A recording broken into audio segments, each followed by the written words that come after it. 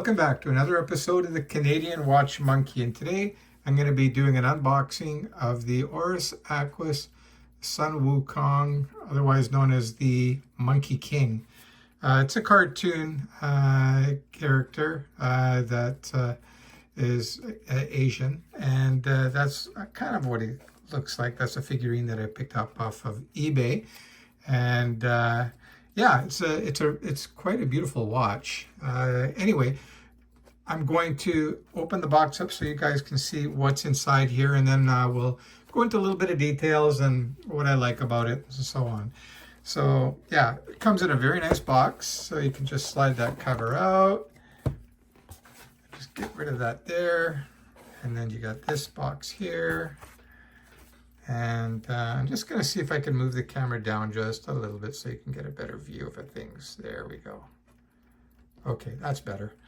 Anyway, so you get this card here. That's the staff or wand or whatever you want to call it of the Monkey King. And you can see here it says Sun Wukong limited edition. It's limited to 2,000 pieces. Mine is number 684. And if you take this staff out, it's got just lets you know that the Sun Wukong movie, Monkey King, Upper Heaven. If you scan that, I think that takes you actually to the website. So yeah, so that's kind of a neat little add-on, I guess, if you're into that kind of stuff. And let's get that set to the side.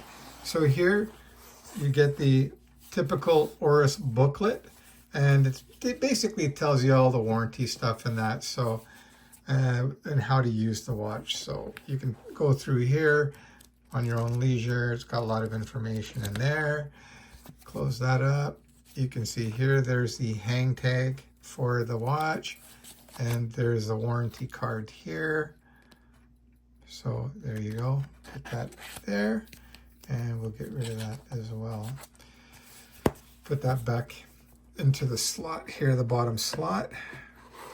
Oris packaging is actually very nice. And for those of you that don't know it, I'm a huge fan of Oris. I think you get a very decent quality product that's kind of unique and something that's a little bit different than what's out there. They've got a lot of great watches, and I've got actually quite a few Oris watches.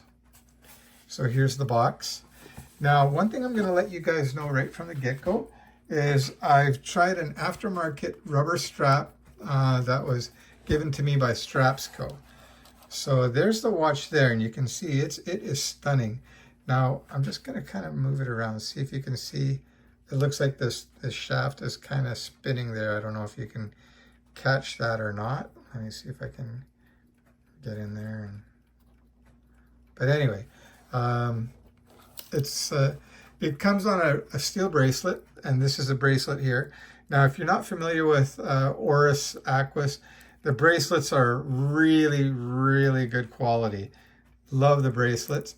And you can see, you just press down here and it releases, and it's got a dive extension too. That works very easily. You just kind of pull it like that and it comes out. So that's your dive extension there. And to put it back in, you just go like that and you push down, and it snaps very firmly. As an option on this particular watch anyway, you can get the rubber strap. The rubber straps are also great.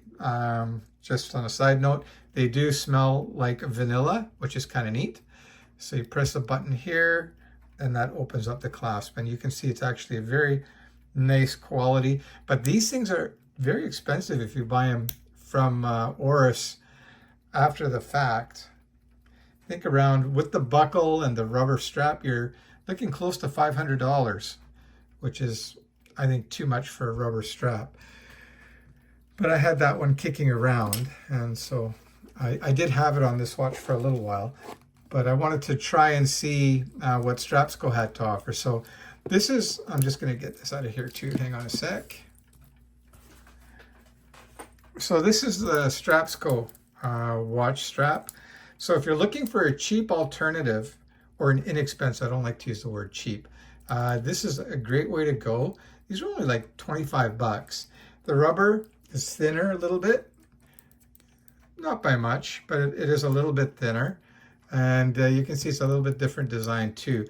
And these you have to actually cut to size, and then you would put the pin through here.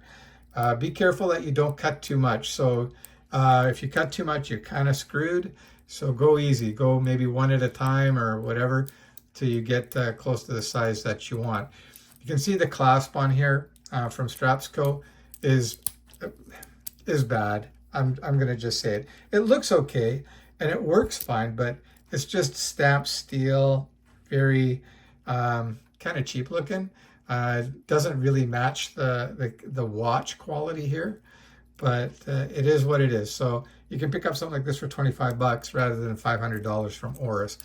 The fit is fine. You can see here it lines up nicely with the lugs. This is a 41.5, and as far as I know, Strapsco only offers it for the 41.5 millimeter Aquis, not the 43.5 and the 39.5. So yeah, just be aware of that. So 41.5, you've got options. Here's what the straps look like when you get them, and then you just cut them to size. They've got different colors. I wouldn't really recommend the red so much. It's kind of a weird kind of orangey, pinky kind of color. But hey, if you're into it, fly at it. And here's the blue one. So I'll just set those aside. All right, so some of the things that you need to know. I'm actually going to put that on the Timegrapher as well. Is the size of the watch. It's 41.5. And hang on a sec. I'm just going to be off the crown there. So 41.5, bang on. The lug to lug, just hold the watch like this. So that's, it's quite compact. That's one thing Oris is known for. So about 47, 48. It wears very nicely on the wrist. And actually what I'm going to do now is I'll throw it on wrist for you so you can have an idea what it looks like on a 7-inch wrist. Oh, by the way, I'm wearing my Stova Classic Flieger 40, and that's a nice watch as well. I really like this one, and it's on a Strapsco sailcloth strap, which I highly recommend, by the way. Okay, so let's get this on here. So this is the 41.5 Oris Aquis. So if you're thinking what size to get, this will give you a good idea. This is probably the size that I would recommend for most. And you can see it there. It looks pretty decent, I think, anyway. What do you guys think? I'm just going to zoom up a little bit so you can see the watch closer. Get a little bit of detail. Sorry about the shake in the camera and the glare. So, and you can see here, it's got the date at 6 o'clock, which I really like. The bezel is very nice feel to it. And it's unidirectional. It only goes one direction. And everything lines up very good. I've always found that the build quality on the Oris watches are very, very good. So there, we'll stop there. The power reserve on this watch, by the way, is 38 hours. What else can I tell you? It uses a Salida movement. There's the case back there, and you can see it's a special edition. It's numbered, and you've got a very cool Monkey King back there. And a lot of the Oris Aquises, they'll come with a display back, which I'm not that crazy about. You kind of, after you've had a few watches, it doesn't mean that much anymore to have the display back, unless it's an exceptionally good looking movement. All right, so the water resistance, I believe, is 300 meters. Could be wrong. I think it is 300 meters. I should have checked that. Sorry, guys. But it is dive capable for sure. You can see how everything lines up very nice. It's a screw down crown, and it has a nice pop to it. And then the first click allows you to change the date.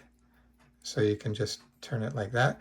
And by the way, if you're unaware of that, never change the date when the hands are up. I always say south of 9 and 3.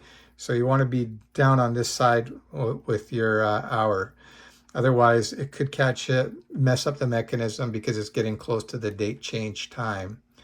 So yeah, make sure you're aware of that. A lot of watches get ruined from that. If you pull it out one more, then you can change the time. And you can see it is hacking, obviously. So that's how you do that.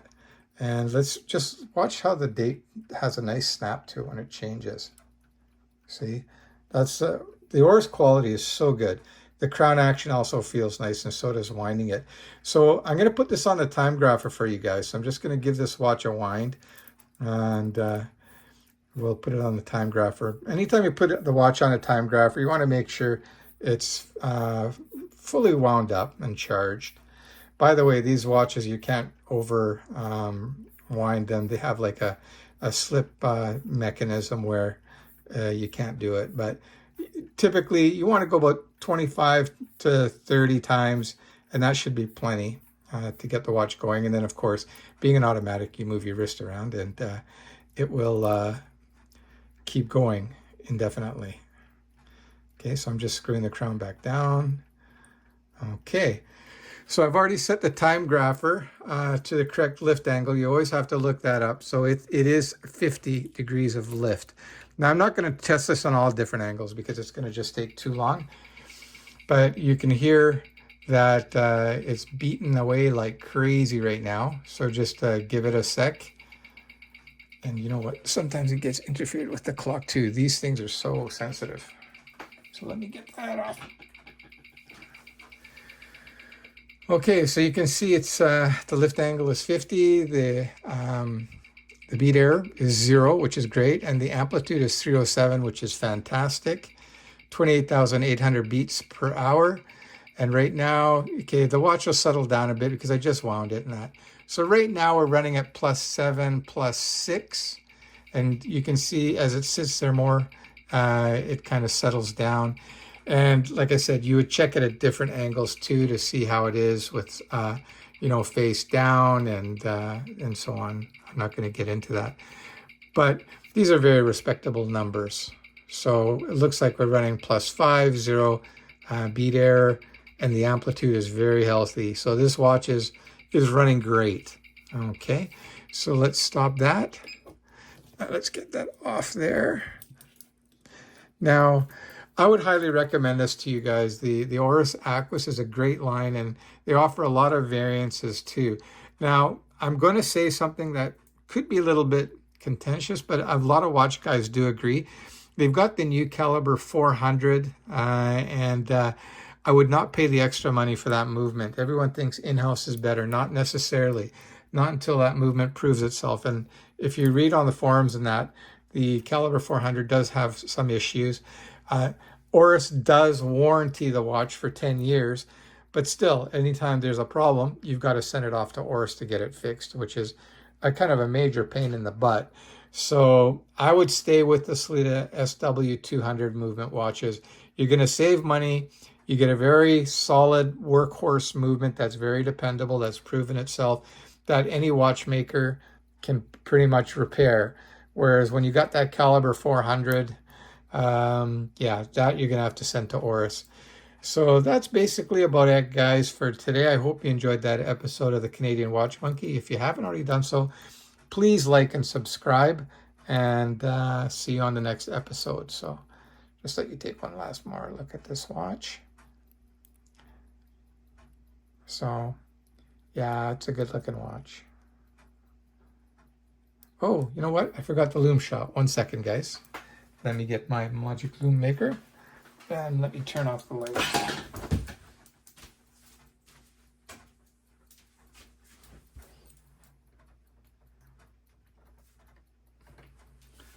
Okay, I'm not going to turn it right off, but Oris has very decent loom, that's for sure. So there we go. And you can see it's glowing away quite nicely for sure. And this is not in full darkness. All right. No, now that's a wrap, guys. Take care. Oh, one last thing. Let's check the width of the watch. 12.8 millimeters. There you go. Okay, that's a wrap. Bye, guys.